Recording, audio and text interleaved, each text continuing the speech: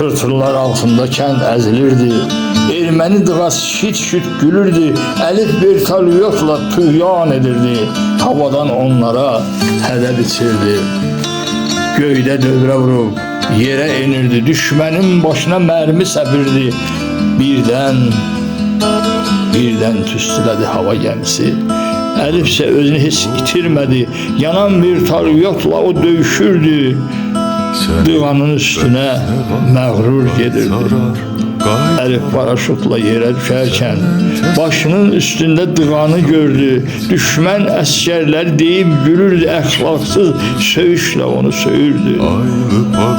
Ara sən Türk, bəli, Türk oğlu Türkəm.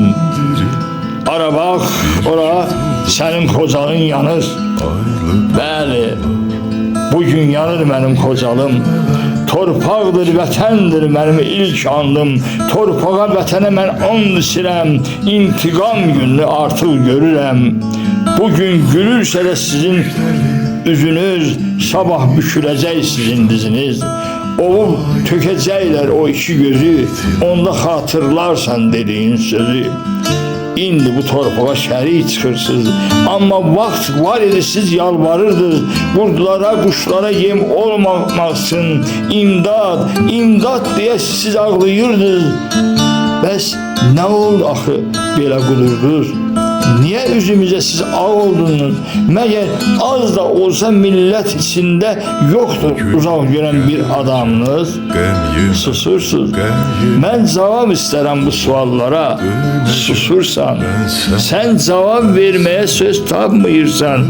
Onda qeyrətə gəl. Söylə, bu torpaq Azəri xalqının ana yurdudur. Bu torpaq qədimdən odlar yurdudur. Əlifin ürəyin nişan aldılar. Yağlar qəfildən güllə atdılar. Əlif büdrəsə də yerə yatmadı. O məğrur adını o alçatmadı. Əlif əllərini yelləyib dedi, son dəfə olaraq belə söylədi. Bu xalqın sahibi bir gün gələcək, alacaq intiqam, millət güləcək, dövlətlər içində Azərbaycanın möhtəşəm yerini özü seçəcək. Bu sözlər ağzından qutaran kimi Əlif üzü qoylu yerə sərildi. Müqəddəs bildiyi ana torpağı son dəfə olaraq bəş qucaqladı.